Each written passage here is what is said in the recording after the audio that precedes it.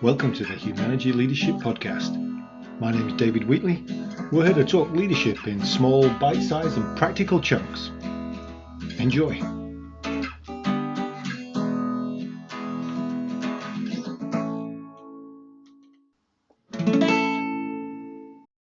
This episode is a retro episode. So we're going all the way back to September of 2020, when I had a conversation with Cheri DeClercq, who runs the Michigan State University Executive MBA program, about why you should be doing an MBA. And the reason I'm putting this one out again is because this Friday, guess what I'll be doing? It'll be the 26th time that we're kicking off Michigan State's Executive MBA. So I thought it would be a good time to bring this one back out and remind you as to why you might want to think about it. My guest this week is Cheri DeClercq, who's the Assistant Dean of MBA and Graduate Programs at Michigan State University, at the Broad School, Michigan State University. Did I get that all right? You did, thanks. Well, welcome. Thank you for joining us today. And as people who, if our regular couple of listeners, will probably gather that we have a bit of a partnership with a certain Lansing-based state college, state university, and especially around the Executive MBA program.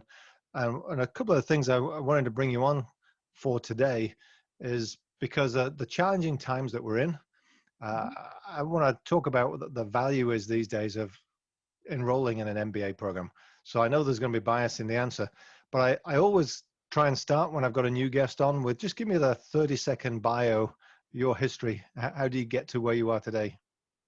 Yeah, actually, I have a kind of a checkered path to get to it, not in a bad way, but certainly didn't intend when I was doing my undergrad in hotel restaurant management to become an assistant dean in the college. But I've been working in higher ed for the last 15, 20 years of my career, and it's really been great because it gives me an opportunity to really provide access to students to be able to gain knowledge, gain networks, gain business acumen, and advance their careers. So I've been working at Michigan State for 12 years now, and connected with the Executive MBA program, as you said, but also relating to some of our other master's programs in the college. Okay. So, and you pretty much lead the team that manages the Executive MBA program, which is about 100 executives they go through a 20-month program. We kick off a new one every year. You're still getting those kind of numbers. So from your perspective, why should a mid-level leader be thinking of investing in an MBA these days? Yeah, so I think, like to talk about it, I think you were thinking as well in two perspectives. One in general these days, and then we can talk specifically about in COVID days as maybe a slightly different iteration of that.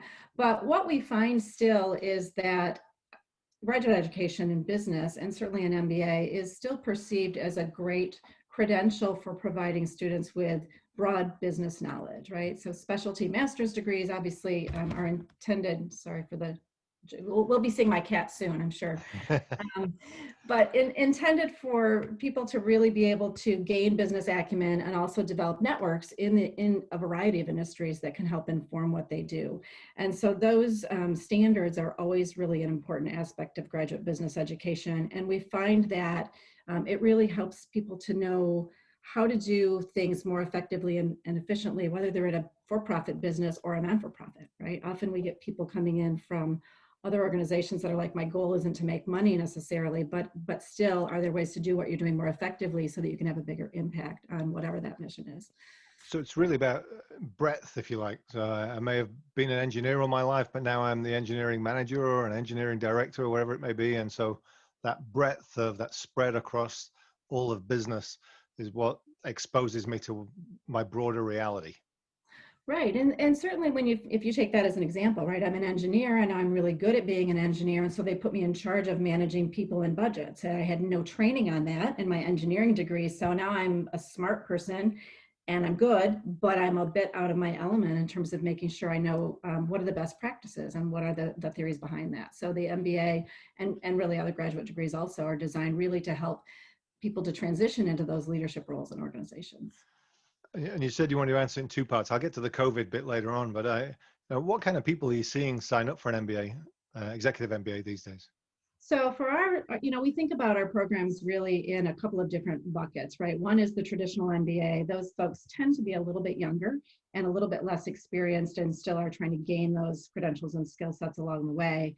And then the executive MBA, which in our case is really designed for middle management and up, right? So everyone doesn't have to be an exec coming in. They don't necessarily have to aspire to be the C-suite, person of a huge multinational organization. But again, people coming in really looking to develop their knowledge, to build their network, and to gain skills. We find that they really are able to make bigger, broader, more impactful decisions in their organizations at whatever levels they're in. And through the work with you, we spend a lot of time talking about how do you lead from where you are and influence people on moving things in the right direction, even if you're not in the highest levels of the organization. So that's these are people in the kind of mid-career, 5-10 years experience doing the work, probably found themselves in a leadership role, who are looking to either set themselves up for the next step or to backfill the kind of logic behind what they've experienced. Yeah, exactly. And we find that, the outcomes are really strong on average, 45% of our students in this program receive a promotion, either in their own organization or elsewhere. We see, based on Financial Times salary data, an average of about 55% increase in salary 3 years after the program. And so there's some strong tactical, things you can kind of put your hand on, but there also is really a few things that I think people don't necessarily think of when they come in, but it's, again, more satisfaction in the roles, right? Being able to actually help make those big decisions that are driving organizations and to be able to have that bigger impact. For entrepreneurs, being able to actually grow their business in a way that is systematic and makes sense. And the other big one is confidence, right? A lot of times people are, I don't really know what I'm doing. And so having, in particular aspects, certainly they know their core function, but having the confidence to be able to speak up at the table and have a seat at the table is really important. And to realize that they're capable of sitting at that table with other people of a like mind and in a similar position and etc. Because you sit them down on day one and say, this is your team for the next 20 months. Right, for sure. And, we have some really fun stories. I know one of our alums was in HR, did the program, was sitting involved in a staff meeting, and they were talking about a merger or an acquisition in their company. And she started talking about some things she'd learned from the mergers and acquisitions class about intangible assets and that kind of thing. And, she said people started kind of looking like, wait, how is she talking about this? It's not her wheelhouse. And yet her comments were completely on point and hadn't been brought up by the finance kinds of individuals, which quickly pulled her onto the team to help lead this piece, right? So just this ability to expand where you're impacting, I think, has been really a rewarding piece for many of our alums and students. So it's an exposure and thinking, and again, broadens their perspective on business. Absolutely. So now, I don't just want this to be an advert for MSU, of course, you Right. probably do, but I know you're heavily involved in the broader executive MBA university community, kind of globally. Sure. What trends are you seeing with your partners in that world?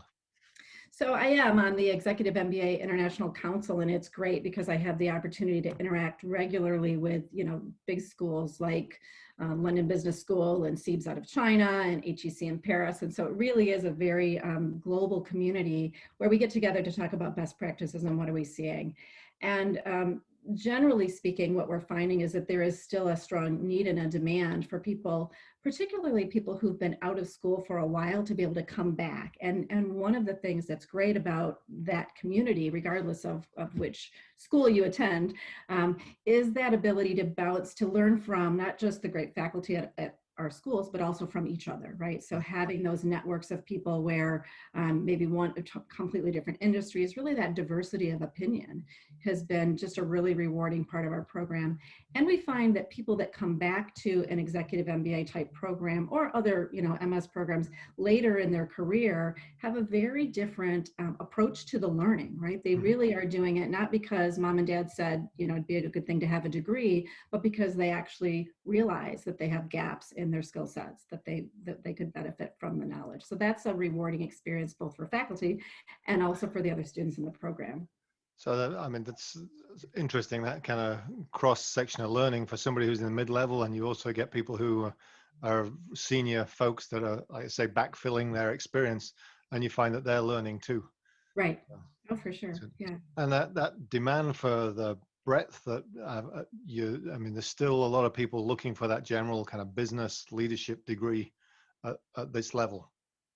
There really is. And I know there's been a lot of talk about whether, kind of the relevance and the validity of an MBA program. But what we find, at least for the strong schools that are doing a good job, is that there is going to continue to be this need for people to have the broad knowledge, to be able to get their skill sets updated with some of the current trends, but still to have those trends, not just trends, right? Trends that are based on, tied back into the research and the kinds of information and insights that you get really from established research, kind of tried and true principles. And so there's a lot of fads going on out there, and through an MBA program from a creditable institution, you really get the foundation, the basis for why do we talk about these things and why do they matter. So I'm going to build on that and link into another question, because if I get my MBA and you're saying, hey, I've got all the current trends and then I'm 5 years out, what kind of things are going on for people who, once they've got their MBA, to make sure that they keep on top of the current trends and keep learning? Yeah, of course, it varies from school to school, but generally speaking, there's a lot of executive education opportunities where you can plug back in. And most of the schools are also building, they continue to engage with that alumni base. And so, for example, in our case, we have something we call Recharge Your MBA, which brings our alums and our current students together to hear from some of their favorite faculty in kind of small bits and pieces. Certainly, there's executive education, certificates, there's a lot of different pieces coming together. But the other piece is that just building that network in a really solid way provides you with resources and people that you can call, 3 years from now, 7 years from now, when you're looking at a problem that maybe you didn't have when you were in the program, but now you're looking for a solution or some insights. And so you can reach out to those individuals who you've built really strong relationships with and get, kind of risk-free, candid insights. Yeah, and I think that it's interesting you mentioned the network and the alum network. I was at a client this last week where a 2018 Michigan State MBA grad was telling me that when working with his boss, who's a 2016 Michigan State MBA grad, they'd hired another 2018 Michigan State MBA grad into that organization. So this network is kind of feels like, hey, if we don't know the other person, we probably know somebody who knows them because of that alumni network that you're building.